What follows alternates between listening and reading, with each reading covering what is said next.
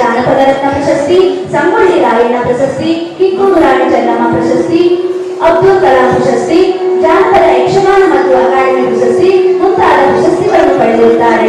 ಕಳೆದ 58 ವರ್ಷಗಳಿಂದ ಶ್ರೀಯುತರು ನಾಡು ಸುದ್ದಿ ಜಾನಪದ ಹಾಡುಗಳ ಮುಖೇನ ಭಾವೈಕ್ಯತೆ ಸಾರಿ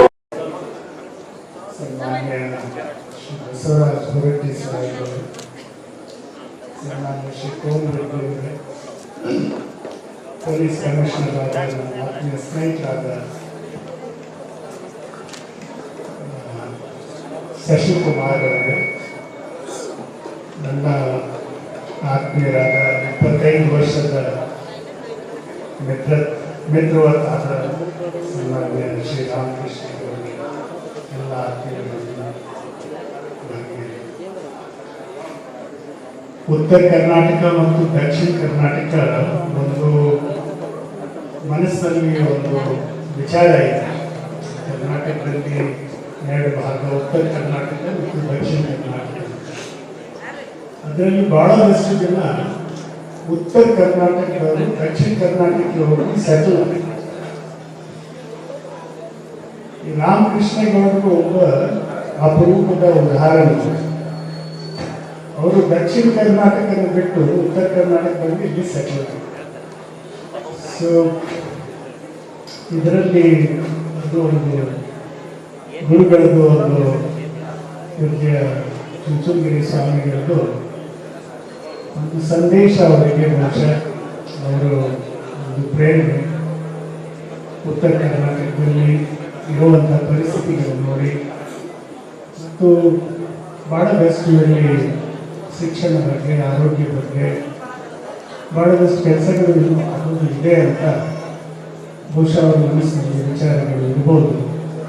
ಅದರಿಂದ ಪ್ರೇರಣೆಯನ್ನು ಕೊಟ್ಟು ರಾಮಕೃಷ್ಣಗೌಡರನ್ನ ಇಲ್ಲಿಗೆ ಹೋಗಿ ಕೆಲಸ ಮಾಡಬೇಕು ಅಂತ ಒಂದು ನಿರ್ದೇಶನ ಇರ್ಬೋದು ಅಂತ ನಾನು ಭಾವಿಸಿದ್ದೆ. ಮತ್ತು ರಾಮಕೃಷ್ಣಗೌಡರು ಕೂಡ ಇಲ್ಲಿ ಬಂದು ಅವರು ಭಾಳ ಪ್ರೀತಿಯಿಂದ, ಭಾಳ ಒಂದು ಒಳ್ಳೆಯ ಭಾವದಿಂದ ಜನರ ಸೇವೆಯಲ್ಲಿ ತಲ್ಲೀನಾಗಿ ತುಂಬ ಒಳ್ಳೆಯ ಕೆಲಸಗಳನ್ನು ಮಾಡಿದ್ದಾರೆ ಮತ್ತು ಮಾಡ್ತಾ ಇದ್ದಾರೆ. ಅವರು ವಯಸ್ಸೊಂದು ಬರೀ ನಂಬರ್ ಅಂತ ಹೇಳ್ತಾರೆ, ಆದರೆ ಅವ್ರ ಚಪಲತೆಗಳು ನೋಡಿದರೆ, ಅವರ ಕುಶಾಗ್ರತೆ ಅವರು ನೋಡಿದರೆ ಮತ್ತು ಕೆಲಸದ ಬಗ್ಗೆ ಅವರ ಪ್ರವೃತ್ತಿಯನ್ನು ನೋಡಿದರೆ ಅವರು ಇನ್ನೂ ಭಾಳ ಅದ್ಭುತ. ಯಾವ ರೀತಿ ಕ್ರಿಕೆಟ್ನಲ್ಲಿ ಹೇಳ್ತಾರೆ, ದೊಡ್ಡ ಕ್ರೀಡಾಪಟುಗಳು ಬ್ಯಾಟ್ ಇಲ್ಲ, ಇನ್ನು ಭಾಳದಷ್ಟು ರನ್ಗಳು ಆಗೋದು ಇರುತ್ತೆ ಅಂತ ಹೇಳಿ, ಅದೇ ರೀತಿ ಅವರಿಂದ ಭಾಳದಷ್ಟು ಕೆಲಸಗಳು ಆಗೋದು ಇದೆ. ಅವರು ಚೆನ್ನಾಗಿ ಮಾಡ್ತಾ ಇದ್ದಾರೆ. ಮುಂದೆ ಕೂಡ ಅವರಿಂದ ಭಾಳದಷ್ಟು ಕೆಲಸಗಳು ಇಲಾಖೆಯಲ್ಲಿ ಆಗೋದು ಇದೆ. ಇನ್ನೊಂದು ಅಂದರೆ ಅವರು ಭಾಳ ವರ್ಷದಿಂದ ನಾನು ಕೇಳ್ತಾ ಬಂದಿದ್ದೀನಿ, ಅವರಿಗೆ ಭಾಳ ಶಾಲೆಗಳನ್ನು ಸ್ಟಾರ್ಟ್ ಮಾಡಿದ್ದಾರೆ, ಪ್ರಾರಂಭ ಮಾಡಿದ್ದಾರೆ. ನಿಜವಾಗಿ ಕೇಳಿದರೆ ಅವರು ಸ್ವಾಮೀಜಿಗಳು ಸೇರಿಕೊಂಡು ಅವರಿಗೆ ಒಂದೇ ಅವರಿಂದ ಪ್ರೇರಣೆ ಕೊಡಬೇಕು. ರಾಮಕೃಷ್ಣ ಗೌಡರ ಥರ ಪ್ರತಿಯೊಂದು ಮಠದಲ್ಲಿ ಒಬ್ಬರು ಆಂಜನೇಯ ರೂಪದಲ್ಲಿ ಒಬ್ಬರು ಬೇಕು ಅಂತ ಹೇಳಿ ನನಗೆ ಅನಿಸುತ್ತೆ. ಪ್ರತಿಯೊಂದು ಮಠದಲ್ಲಿ ರಾಮಕೃಷ್ಣ ಗೌಡರ ಥರ ಕರ್ಮಠ ಕ್ರಿಯಾಶೀಲರು ಮತ್ತು ಕರ್ಮವೀರೊಬ್ಬ ಸಾಧಕರು ಇದ್ದರೆ ಮಠಗಳಲ್ಲಿ, ಆಶ್ರಮಗಳಲ್ಲಿ ಕೆಲಸಗಳು ಹಾಗೂ ಸಂಭಾವನೆಗಳು ಹೆಚ್ಚಾಗುತ್ತೆ ಅಂತ ನಾನು ಭಾವಿಸಿದ್ದೀನಿ.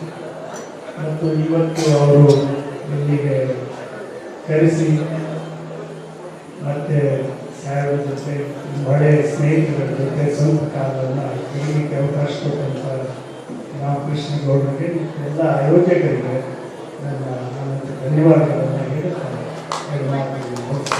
ಜೈ ಹಿಂದ್, ಜೈ ಕರ್ನಾಟಕ.